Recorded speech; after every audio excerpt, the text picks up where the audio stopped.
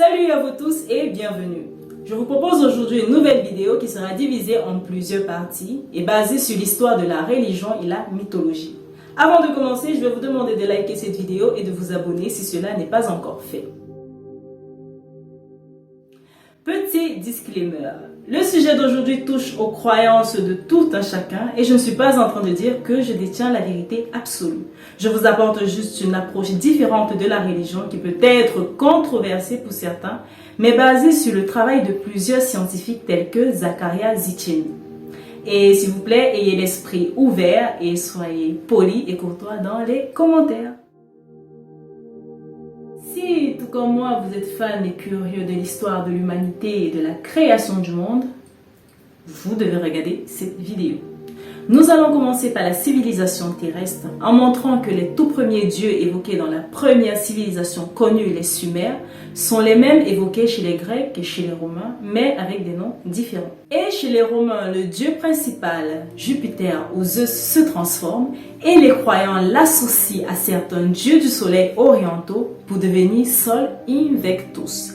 Et Sol Invictus se mélange au christianisme pour donner certains attributs de Dieu ou de Jésus. Par exemple, l'empereur Constantin, qui est à l'origine de la Bible actuelle, croyait en Sol Invictus. C'est donc lui qui instaure la naissance de Jésus le 25 décembre, date qui correspond à la célébration de Sol Invictus qui lui est supposé être Zeus ou Jupiter. C'est encore lui, Constantin, qui donne le nom dimanche à ce jour de la semaine. Dimanche qui signifie jour du soleil, qui sera repris plus tard dans le christianisme comme jour du Seigneur. Nous allons expliquer la relation existante entre les dieux égyptiens et les dieux sumériens, mais aussi hindous, grecs, nordiques et hébreux. Ça fait un bon paquet de dieux quand même. Et aussi montrer que tous ces dieux sont à l'origine issus de la tradition sumère, mais que leur nom change à travers la culture et la période. Donc, accrochez-vous bien. Dans la même lancée, le principe du Dieu unique peut être expliqué de cette manière, mais sous un nom différent. Le terme Elohim qui qualifie Dieu dans la Bible est un terme au pluriel qui normalement veut dire Dieu au pluriel et non au singulier. Le psaume 82 illustre parfaitement cette incohérence, nous citons. Dieu se tient dans l'assemblée de Dieu, il juge au milieu des dieux. Pourquoi il se tient dans l'assemblée des dieux si on nous parle d'un Dieu unique? Bref.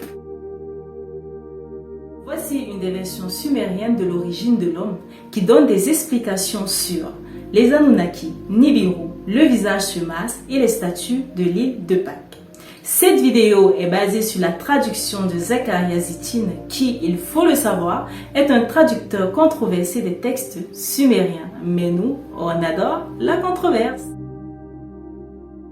Nous allons zapper la très controversée histoire de la création de l'univers pour nous intéresser aux Anunnaki.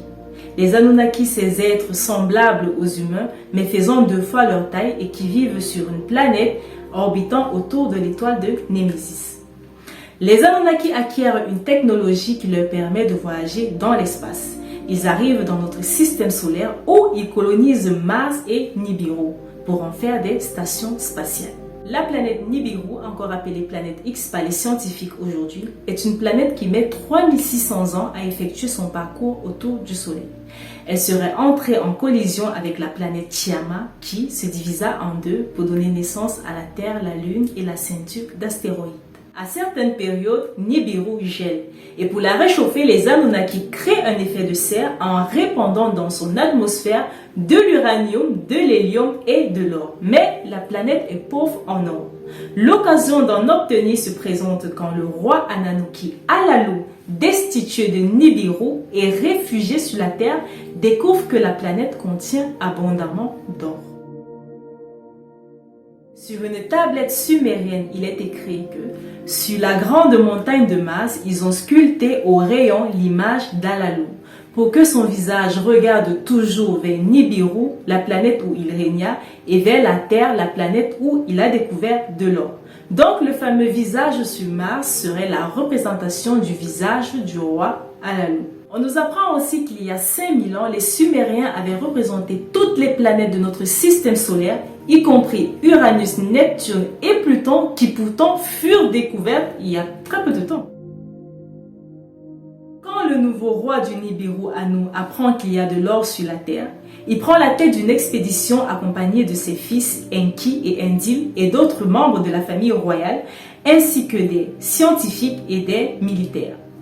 Anu débarque au sud de la Mésopotamie où il établit Eridu qui veut dire maison loin de la maison. Les tablettes sumériennes citent les Anunnaki comme ceux étant venus des cieux sur la terre. Elles racontent qu'Anu confina l'ancien roi Alalu sur Mars et que les Anunnaki commencèrent la construction des établissements nécessaires à cette mission. Ayant un besoin d'eau et de glucides, ils créent l'Éden, champ d'agriculture et d'élevage. En explorant la terre entière, ils découvrent d'abondants gisements d'or au sud de l'Afrique. Ensuite, le roi Anu repart et laisse les commandes de la mission à son héritier Enlil, tandis que Enki s'occupe de diriger les mines d'or dans l'actuel Zimbabwe. Au bout d'un moment, les explorateurs Anunnaki utilisés pour extraire de l'or se mettent en grève.